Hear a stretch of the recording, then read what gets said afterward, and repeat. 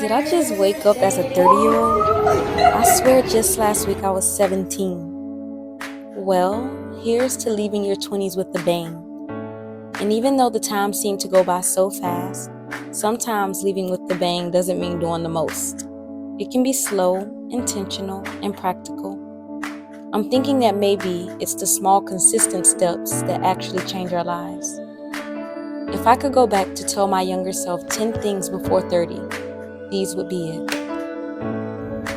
How you start your day matters.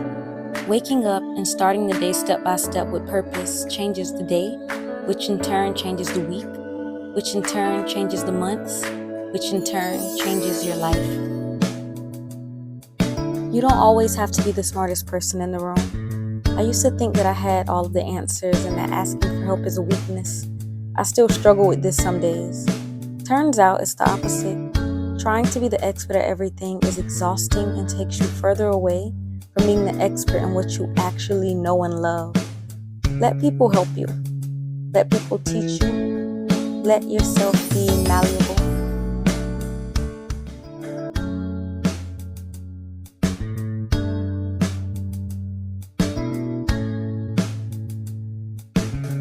Don't let emotions hijack your life. I spent so much of my 20s angry.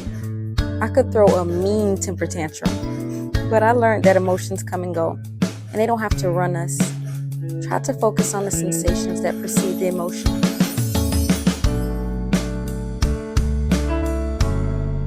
Never stop discovering yourself. Most days, I still feel like I don't have it figured out. Like I literally don't know what's going on. Well, it's true, I guess. Our brains are literally built to grow.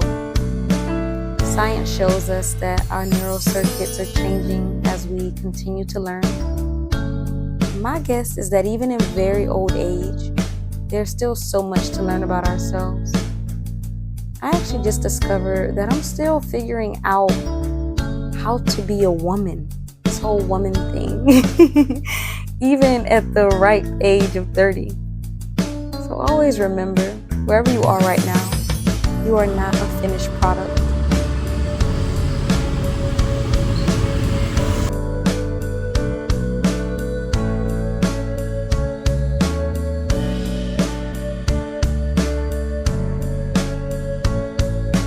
Happiness is a practice. Happiness doesn't just come knocking on the door one random Friday night. You have to cultivate it. I used to always pray for happiness, but the truth is, our happiness takes our responsibility to practice just as much as we pray for it. It's like learning how to play a new instrument. It doesn't just happen out of nowhere. Trust me. The more you practice, the better you get at it. I guess I'll be a happiness practitioner for a while because the destination of happiness can only be reached through daily practice and our thoughts, words, and actions. So show up for your happiness practice as much as you can, even on the days when it feels very difficult to practice, because that happens too.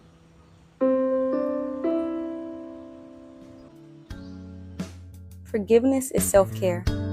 I love a good spa day, bubble bath, a deep tissue massage. Spa me, please. But top tier self-care is letting go of what is living rent-free in your head and heart.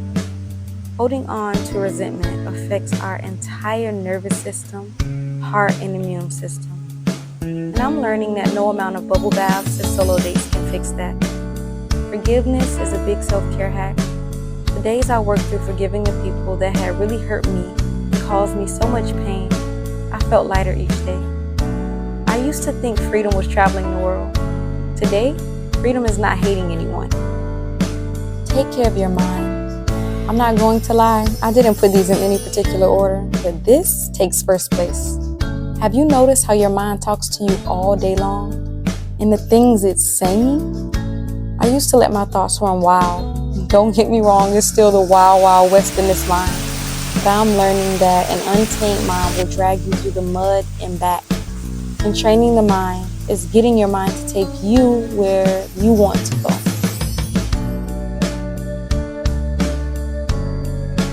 I spent years trying to heal my inner child. when really she just needed permission to exist, to laugh, to be ridiculous and make mistakes, to bust out dancing for no reason. And sometimes I still feel very scared to exist in this way.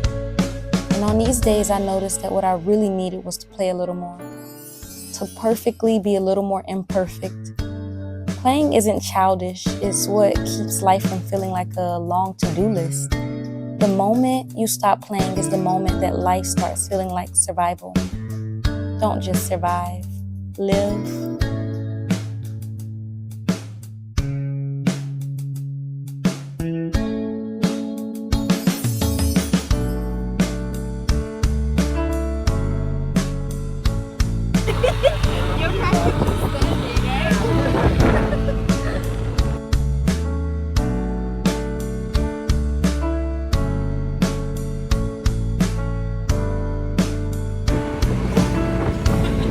Give some of your time to others. I know life can get so busy and you only have a limited amount of time to achieve all of your dreams. So it's very logical to want to spend as much of your time on yourself. But share some of your time helping others be happy too, even if it's just smiling at a stranger. And see how much more you benefit. Travel. Travel saved my life. Where I'm from, most people don't make it out. I thought that was just how it had to be until I left. Life is so much bigger than your hometown and your own experiences. I'm actually really shocked by how beautiful this is. I'm not shocked because I know in Bali everything is mostly really beautiful, but wow. Travel and take on as many perspectives as you can. The more perspectives you can take on, the more human you become.